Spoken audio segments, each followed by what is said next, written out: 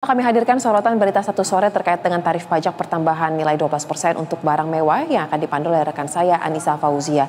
Informasi ini sekaligus menjadi penutup jumpa kita di program Berita Satu Sore hari ini. Akhir kata saya Soza Hutapea atas nama seluruh kru yang bertugas mengucapkan terima kasih atas kebersamaan Anda. Jangan lupa untuk ikuti seluruh akun media sosial kami. Jaga kesehatan dan tetap semangat di TV Televisi paling menghibur. Ya pemirsa, pemerintah menetapkan tarif pajak pertambahan nilai 12% hanya untuk barang mewah. Walaupun demikian, berbagai lapisan masyarakat mendesak pemerintah tetap membatalkan tarif PPN 12% karena akan berdampak pada kenaikan harga konsumsi rumah tangga. Selain itu, pemirsa, itu juga akan menyebabkan inflasi yang akhirnya berpotensi meningkatkan harga barang dan juga jasa. Dan selengkapnya akan kita ulas dalam sorotan Berita Satu Sore.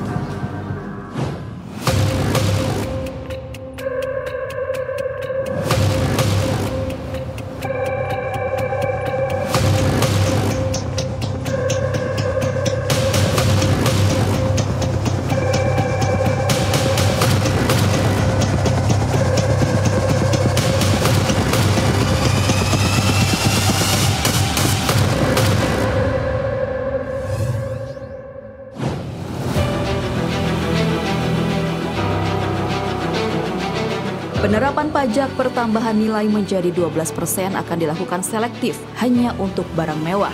Pada Jumat 6 Desember 2024, Presiden Prabowo Subianto menyampaikan penerapan tarif PPN adalah amanat undang-undang.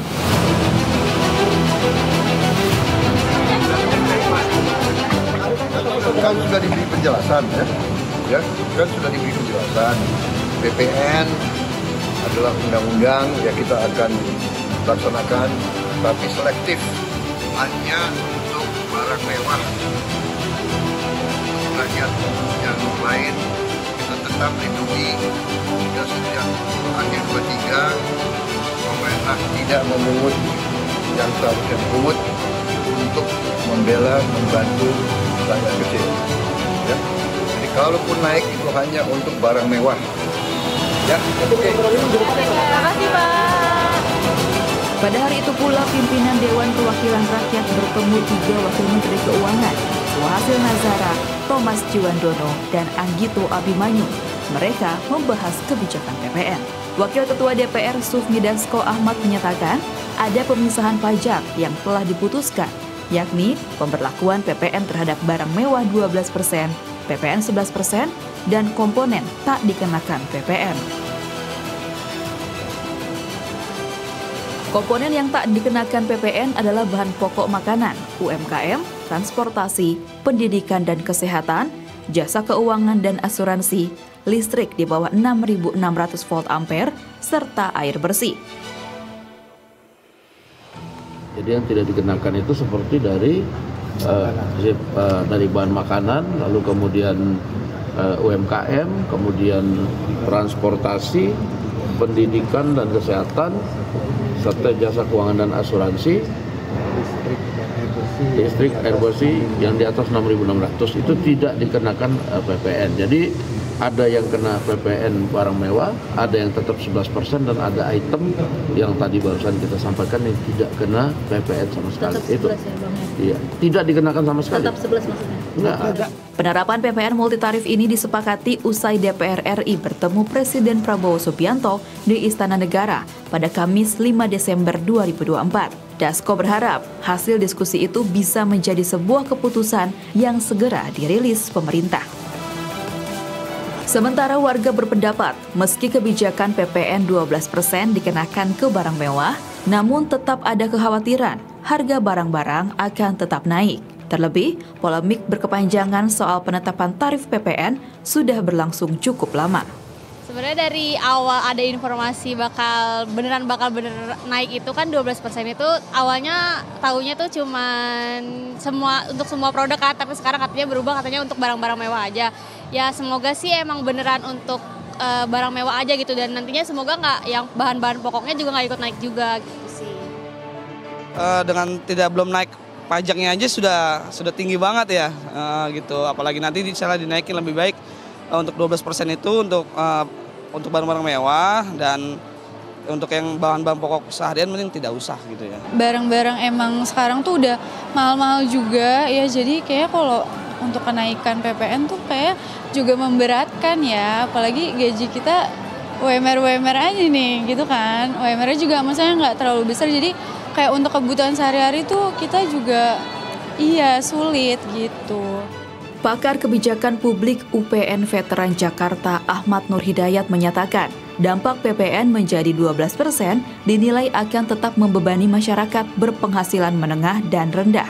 Meskipun pemerintah memberlakukan PPN hanya pada barang-barang mewah. Dampak ke masyarakat menengah dan kecil itu terjadi melalui mekanisme ekonomi spillover effect, yaitu ketika harga barang-barang mewah mengalami kenaikan, biaya hidup secara keseluruhan juga meningkat. Ahmad mencontohkan, kenaikan tarif PPN pada kendaraan bermotor mewah dapat memengaruhi biaya logistik dan transportasi barang kebutuhan pokok. Akhirnya, konsumen dari semua lapisan ekonomi harus membayar harga yang lebih tinggi untuk barang kebutuhan sehari-hari. Selain itu, kelompok kecil juga sering bekerja di sektor-sektor yang mendukung konsumsi barang mewah. Ketika permintaan barang mewah menurun akibat kenaikan pajak, pekerjaan mereka ikut terdampak.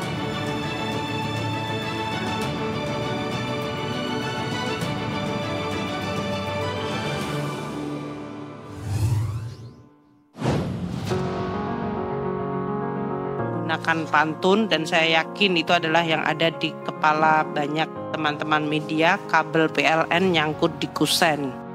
Mohon dijelaskan PPN 12%. Rabu 11 Desember 2024, Menteri Keuangan Sri Mulyani Indrawati akhirnya buka suara soal rencana kenaikan tarif PPN menjadi 12% setelah memilih diam sekitar 1 bulan belakangan ini. Mulanya Menkyu menyatakan pemerintah tengah memformulasikan secara lebih detail terkait PPN 12%. Sri Mulyani menyebut sedang menghitung dan menyiapkan daftar barang mewah yang akan dikenakan PPN 12%. Beberapa arahan dan juga dalam hal ini diskusi sedang dan terus kita lakukan, ini dalam tahap finalisasi. Nanti kami akan segera mengumumkan bersama dengan Menko Perekonomian mengenai keseluruhan paket, tidak hanya mengenai masalah PPN 12%. Aspirasi adalah PPN 12%, naik ke 12 itu hanya untuk barang-barang yang dianggap mewah yang dikonsumsi oleh mereka-mereka yang mampu. Menkyu memastikan barang-barang kebutuhan pokok, barang-barang keseharian seperti beras, daging, listrik, dan semacamnya akan tetap bebas dari PPN. Termasuk barang kebutuhan pokok seperti beras, daging, ikan, telur, sayur, susu segar, gula konsumsi, jasa pendidikan, jasa kesehatan, jasa angkutan umum, jasa tenaga kerja, jasa keuangan, jasa asuransi, jasa buku, penjualan buku, vaksinasi, rumah sederhana, dan rusunami, pemakaian listrik, air minum, itu semuanya tidak dipungut PPN. Jadi PPN-nya adalah 0%. Sebelumnya pada Senin 9 Desember 2024, Ketua Majelis Permusyawaratan Rakyat Ahmad Muzani memastikan tarif PPN menjadi 12% tidak menyasar kebutuhan rakyat kecil. Muzani juga menyampaikan PPN 12% hanya untuk barang mewah. Kajian yang kita dapatkan begitu, artinya PPN tetap diperlakukan tapi hanya untuk barang mewah. Tidak dikenakan untuk makanan, tidak dikenakan untuk minuman, tidak dikenakan untuk transportasi, tidak dikenakan untuk kesehatan, tidak dikenakan untuk pendidikan. Semua sektor yang terkait dengan kehidupan rakyat kecil tidak dikenakan PPN 12%, hanya barang mewah. Anggota Komisi 11 DPR RI yang juga Wakil Ketua Badan Anggaran DPR RI Wihadi Wiyanto mengungkapkan ada sejumlah faktor alasan pemerintahan Presiden Prabowo Subianto tetap menerapkan PPN 12%. Pertama, tarif PPN telah diamanatkan dalam Undang-Undang Harmonisasi Peraturan Perpajakan. Kedua, pemerintah akan mencari solusi agar di satu sisi tarif PPN tetap bisa dinaikkan sesuai amanat Undang-Undang HPP, tetapi di saat yang bersamaan tidak akan membebani masyarakat. Adapun alasan tarif PPN 12% dikhususkan untuk barang mewah adalah karena barang mewah bukan produk yang dikonsumsi oleh masyarakat kalangan menengah hingga bawah. Karena barang mewah ini adalah bukan barang bahan pangan pokok, bukan yang kebutuhan masyarakat. Yang dimana ini adalah barang-barang yang merupakan mungkin kebutuhan primer, bukan kebutuhan primer, tapi kebutuhan tersier, bahkan mungkin kuarter yang kebutuhan-kebutuhan yang mereka memanfaatkan memang karena mereka mempunyai daya beli dan mampu untuk membeli itu. Sehingga barang mewah itu ditetapkan tetap dinaikkan menjadi 12%. Menurut Wihadi, di tengah daya beli masyarakat yang rendah, pemerintah juga sebaiknya terlebih dahulu memberikan stimulus bagi masyarakat.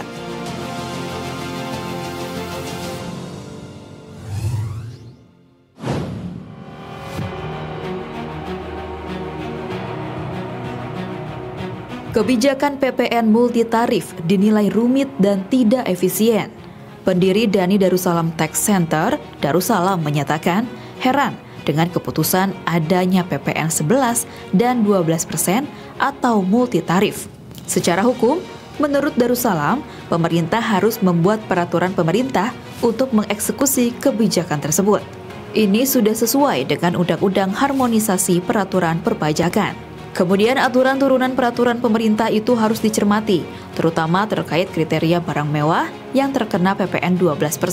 Publik menanti apakah definisi barang mewah mengacu pada Peraturan Menteri Keuangan Nomor 42 Tahun 2022 dan PMK Nomor 15 Tahun 2023. Barang mewah dibedakan menjadi dua, Mas, ya, yaitu kelompok kendaraan bermotor dan kelompok non kendaraan bermotor.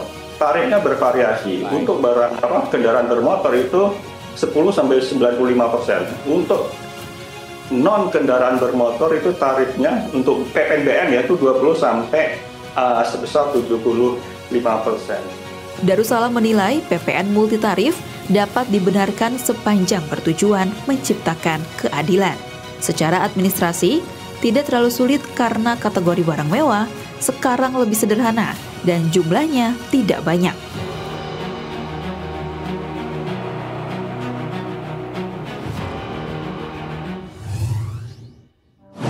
Ya pemirsa, kebijakan PPN multitarif dinilai rumit dan juga tidak efisien karena ada dua tarif yakni 11% dan 12%. Dan kemudian kebijakan ini juga akan tetap membebani ekonomi. Selain itu pemirsa, PPN 12% untuk barang mewah tidak akan mendongkrak dari penerimaan negara secara signifikan. Kenapa? Karena lingkupnya sangat kecil.